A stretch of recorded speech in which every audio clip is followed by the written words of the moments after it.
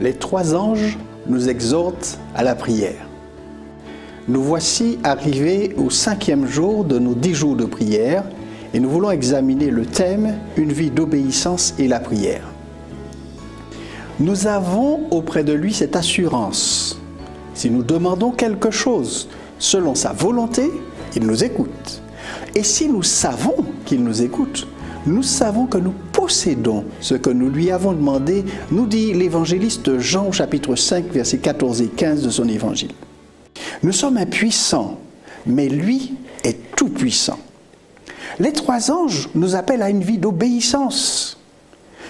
Tel est le message du premier ange. Il annonce « Craignez Dieu, donnez-lui gloire, car l'heure de son jugement est venue » sous la plume de Jean dans le livre de l'Apocalypse, chapitre 14 au verset 7.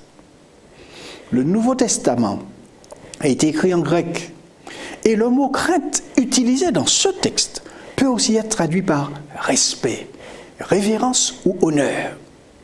C'est une attitude de loyauté envers Dieu, une ascension mentale pour être obéissant à sa volonté. Le sage l'exprime ainsi. Écoutons la conclusion de tout ce discours. Crains Dieu et respecte ses commandements, car c'est ce que doit faire tout homme. En effet, Dieu amènera toute œuvre en jugement, et ce jugement portera sur tout ce qui est caché, que ce soit bon ou mauvais, nous dit l'Ecclésiaste au chapitre 12, versets 13 et 14. Lorsque nous pensons à garder les commandements de Dieu, il est très facile de réfléchir à nos faiblesses, à notre fragilité et à notre incapacité à faire ce que nous désirons au plus profond de notre âme. Trop souvent, nous désirons faire le bien, mais nous ne trouvons pas la force de réaliser ce désir. Et avec l'apôtre Paul, nous devons reconnaître ceci. Je ne comprends pas ce que je fais. Je ne fais pas ce que je veux et je fais ce que je déteste. Romains 7 au verset 15.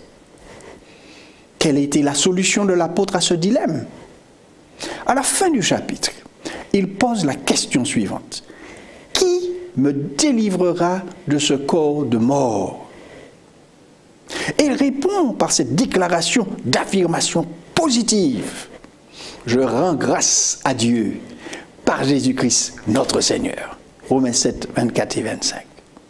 Mes amis, il y a une solution au problème de l'échec constant, de la repentance et de l'échec à nouveau.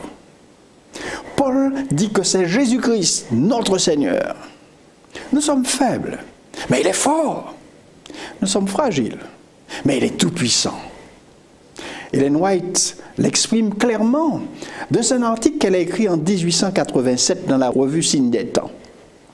Elle dit « L'exemple du Christ nous montre que notre seul espoir de victoire réside dans la résistance continuelle aux attaques de Satan.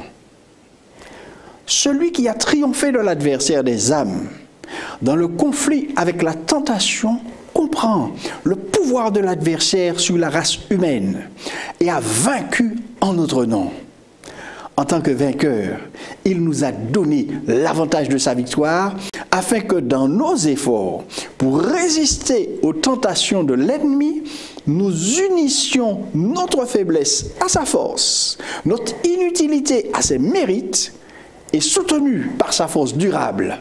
Eh bien, sous une forte tentation, nous pouvons résister en son nom tout-puissant et vaincre comme il a vaincu. S'appuyer sur sa victoire. Nous devenons alors des vainqueurs dans la vie chrétienne. Lorsque nous concentrons sur la puissance, nous nous concentrons sur la puissance de Christ et non sur notre faiblesse. Dès le début, dans la prière, revendiquons la promesse telle que Jean l'écrit dans sa première lettre au chapitre 5, versets 14 et 15. Il dit « Nous avons auprès de lui cette assurance. Si nous demandons quelque chose conformément à sa volonté, il nous écoute. Et si nous savons qu'il nous écoute, quelle que soit notre demande, nous savons que nous possédons ce que nous lui avons demandé.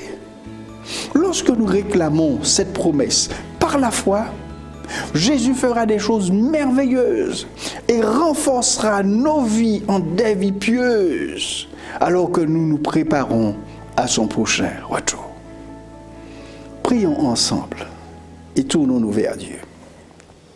Ô Seigneur notre Dieu, nous reconnaissons que tu es le Créateur, tout-puissant, omniscient. Tu es au-delà de notre compréhension humaine limitée. Et pourtant, tu es plus proche de nous, même que de nos plus proches êtres chers. Nous sommes en admiration devant ta majesté. Nous t'adorons et nous désirons t'honorer par notre vie. Oui, Père, ô Dieu, il n'est pas en notre pouvoir de garder tes commandements, d'être en harmonie avec ta volonté. Seul Jésus peut nous aider. Nous désirons faire ta volonté. Nous désirons être fidèles. Mais nous avons si souvent échoué. Merci de savoir que Jésus a le pouvoir d'apporter la victoire dans nos vies. Nous nous tournons vers lui et nous remettons entre ses mains fidèles.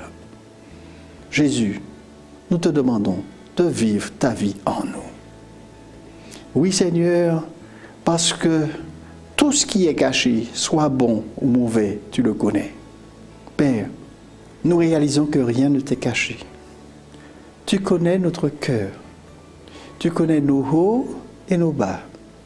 Tu es aussi parfaitement au courant de tout ce qui se passe dans le monde. Merci de ce que malgré ce que nous pouvons ressentir, tes pensées à notre égard sont pleines d'amour, de grâce. Et nous n'avons pas à craindre le jugement, car nous demeurons en Jésus. Et c'est pourquoi nous pouvons dire Amen.